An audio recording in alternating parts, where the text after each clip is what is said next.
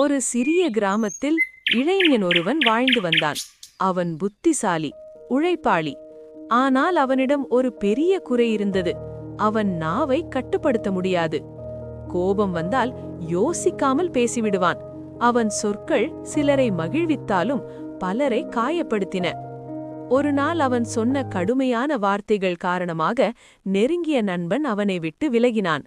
அந்த இரவு இளைஞன் தனியாக அமர்ந்து மிகவும் வருந்தினான்.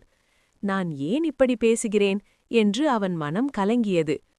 அடுத்த நாள் தேவாலயத்தில் யாக்கோபு 3:7-8 வசனம் வாசிக்கப்பட்டது.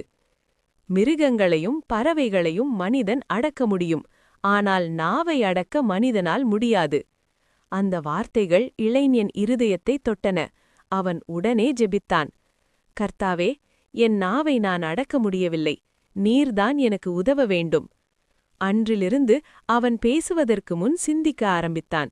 கோபம் வந்தால் அமைதியாக ஜெபித்தான். மெதுவாக அவன் சொற்கள் மாறின. அவன் பேச்சு இனிமையாய் சாந்தமாய் மாறியது. இந்த இளைஞன் உணர்ந்தான், நாவை அடக்குவது மனிதனால் முடியாது, ஆனால் தேவனின் உதவியால் எல்லாம் சாத்தியம். அவன் வாழ்க்கை அதன் பிறகு சாட்சியாக மாறியது.